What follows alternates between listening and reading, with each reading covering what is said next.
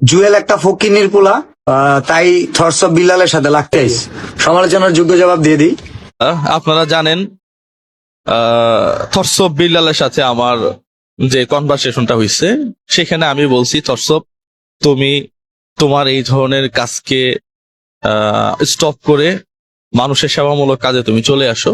একদম একদম আমি একদম ক্লিয়ার করে দিই, নাম বলে ক্লিয়ার করে দিই। মেনশন করেন ওকে, তাদের যদি ছিড়তে পারে তাহলে একটু যদি ওদের বুঝতে সহজ হয় ভালো। থটস অফ বিল্লাল এটা প্রতারণা করতেছে, এটা মানুষের সাথে প্রতারণা। 200 টাকার দম বিরিয়ানি 5 স্টার হোটেলে 600 টাকা বেচে।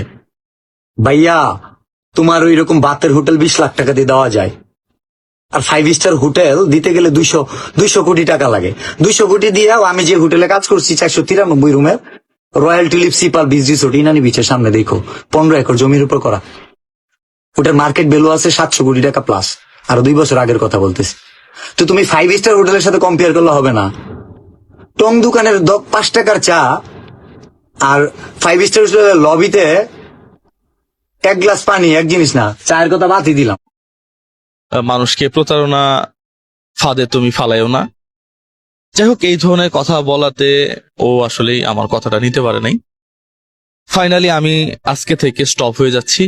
14 দেশে ফার্স্ট হয়েছে তুমি, হৃদয় ভাঙার গর্জনের চাইল্ড লাইন হচ্ছে গিয়া তোমার ভুল ধরো, মানে চাইল্ড লাইন অল্প লিখছি, বানান যে ভুল ভাই। প্রত্যেকটা বইয়ের পাতায় আছে, প্রত্যেকটা পাতায় ভুল আছে, খুঁজে বের করা যায় যে কি লেখছো ভাই। এটা বলা যায়, মেনে নেওয়া হবে। আর তুমি যে আমার নাম দিয়ে ভিউ কামাইলা, এটা কি হইলো? 1000 টাকা প্রতারণা। তুমি জানো অনুপ্রেরণা হইতে পারবা?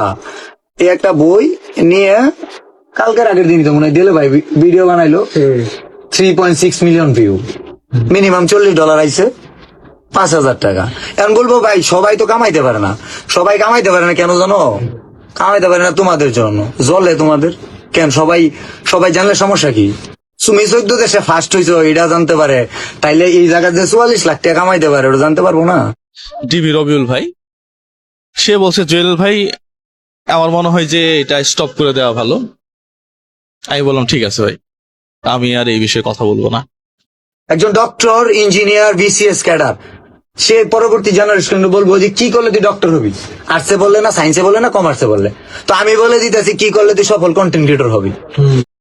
আর নিজে তো ভিডিও বানায়, আবার তার বউ ভিডিও বানায়।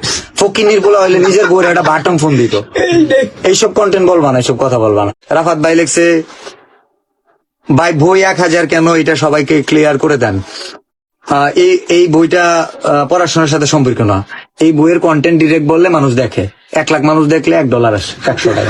তাহলে তার সারা জীবনে যদি এই বই থেকে 60টা কন্টেন্ট আছে, যদি $1 করে আসে, $60, মানে 8,000 টাকা প্রায়। তো 8,000 টাকা আমি নিতেছি না, আমি আমার ভ্যালু নিতেছি। কারণ বাংলাদেশে ওপেন চ্যালেঞ্জ যে এটার এখন অল্টারনেটিভ কোনো বই নাই।